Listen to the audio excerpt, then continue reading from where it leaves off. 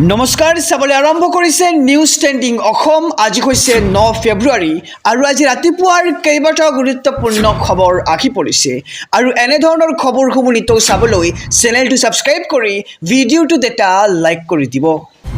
জনাইছো আজি ৰাতিপুৱাৰ প্ৰথমটো ব্ৰেকিং নিউজ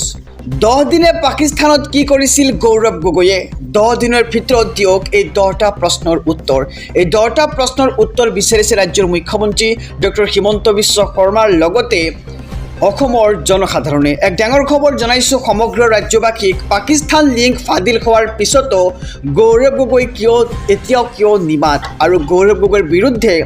ৰাজ্যজুৰি প্ৰতিবাদৰ জোৱাৰ আৰম্ভ হৈছে 10টা প্ৰশ্নৰ উত্তৰ দিব লাগিব এতিয়া গৌৰৱ গগৈয়ে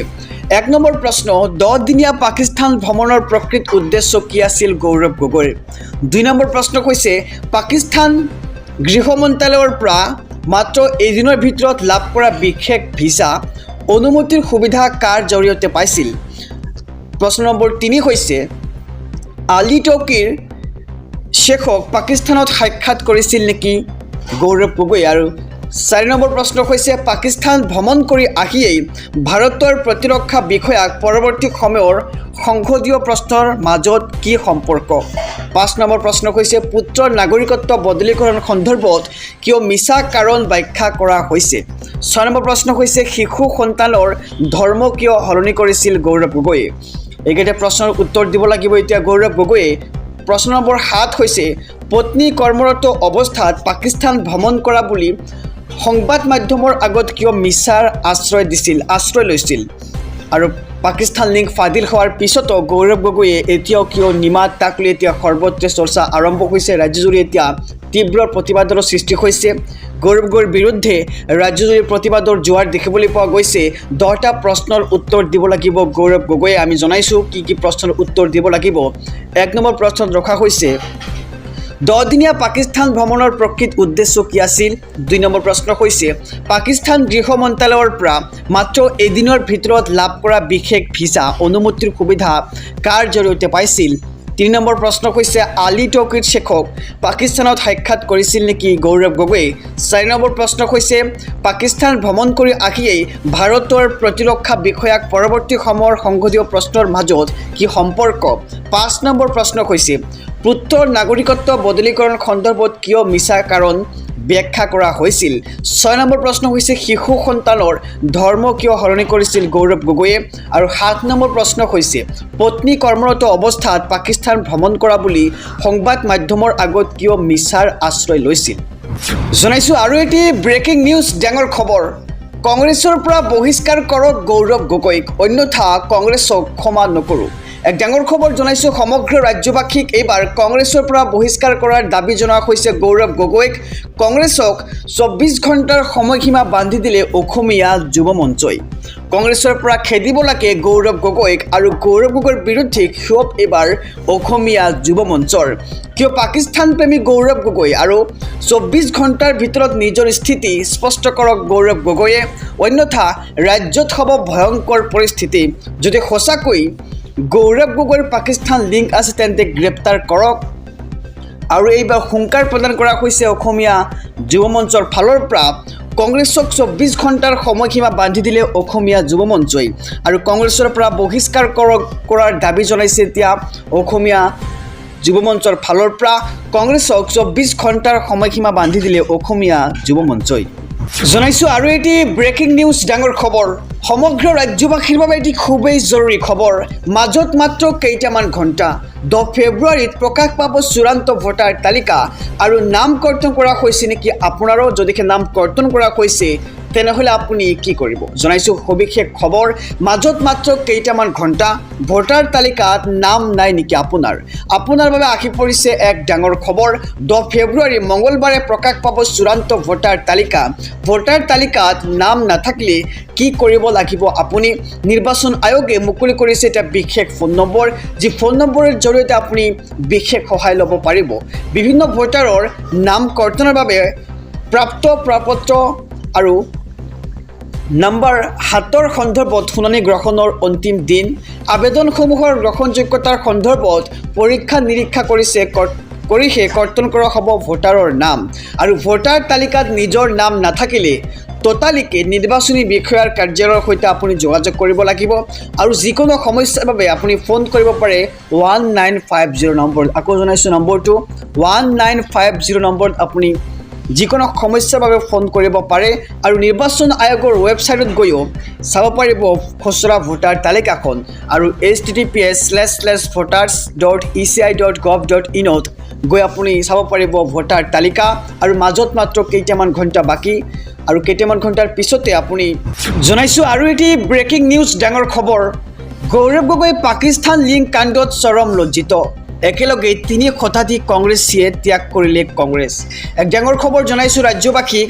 গৌৰৱ গগৈৰ কাণ্ডত বেয়াকৈ লাজ পালে এইবাৰ কংগ্ৰেছ কৰ্মীয়ে যোৰহাটত দলে বলে ত্যাগ কৰিলে কংগ্ৰেছ আৰু 3 শতাধিক কংগ্ৰেছীয়ে এৰিছে এতিয়া দল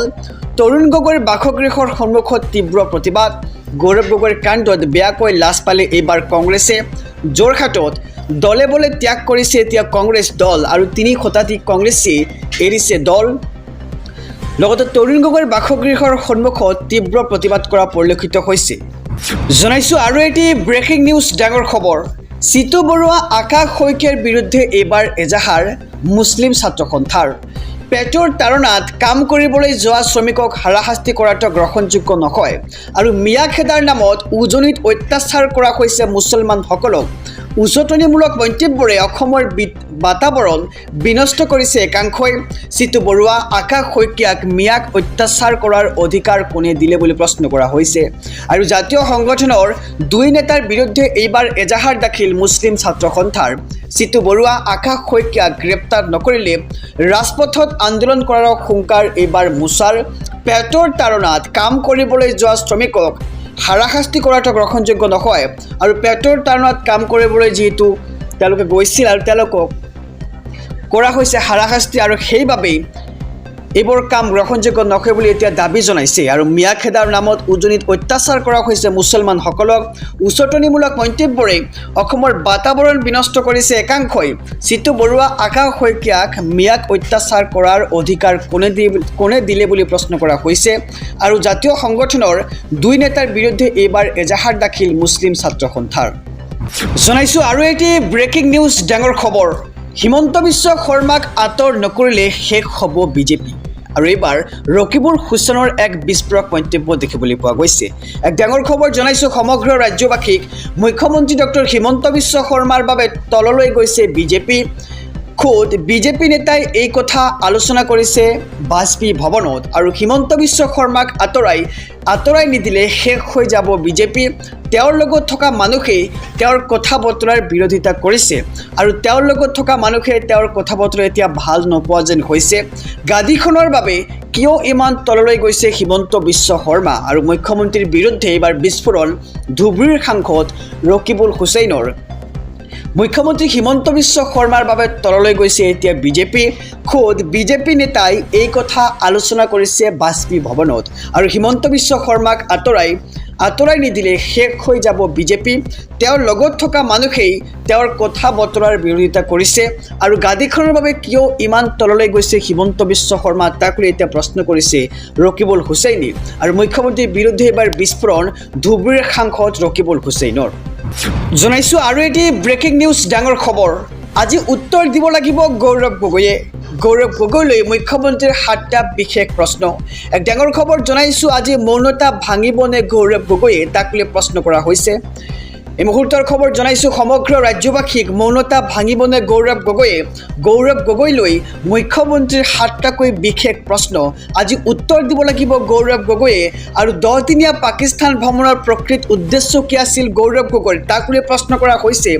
লগতে পাকিস্তানৰ গৃহ মন্ত্ৰালয়ৰ পৰা মাত্ৰ এদিনৰ ভিতৰত লাভ কৰা বিশেষ ভিছা অনুমতিৰ সুবিধা কৰ জৰিয়তে পাইছিল গৌৰৱ গগৈয়ে আৰু পাকিস্তানত আলী টকিৰ শ্বেইখ সাক্ষাৎ কৰিছিল নেকি গৌৰৱ গগৈ পাকিস্তান ভ্ৰমণ কৰি আহিয়েই ভাৰতৰ প্ৰতিৰক্ষা বিষয়ক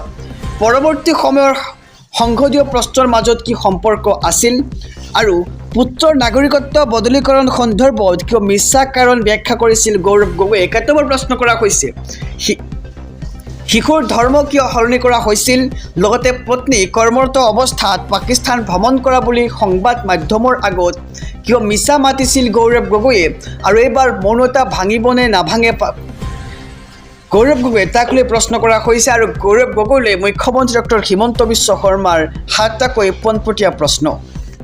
জনাইছোঁ আৰু এটি ব্ৰেকিং নিউজ ডাঙৰ খবৰ হাজাৰ হাজাৰ মুছলমানৰ প্ৰতিবাদ যিকোনো মুহূৰ্তত গ্ৰেপ্তাৰ হ'ব পাৰে গৌৰৱ গগৈ এক ডাঙৰ খবৰ জনাইছোঁ ৰাজ্যবাসীক যিকোনো মুহূৰ্ততে গ্ৰেপ্তাৰ হ'ব পাৰে গৌৰৱ গগৈ হাজাৰ হাজাৰ মুছলমানে সাব্যস্ত কৰিছে এতিয়া প্ৰতিবাদ আৰু গৌৰৱ গগৈৰ বিৰুদ্ধে জিলাই জিলাই প্ৰতিবাদ গৌৰৱ গগৈ গ্ৰেপ্তাৰৰ দাবীত এবাৰ জনতাৰ প্ৰতিবাদ দেখিবলৈ পোৱা গৈছে মুছলমানেও বুজি পাইছে গৌৰৱ গগৈৰ এই কথা আৰু যিকোনো মুহূৰ্ততে গ্ৰেপ্তাৰ হ'ব পাৰে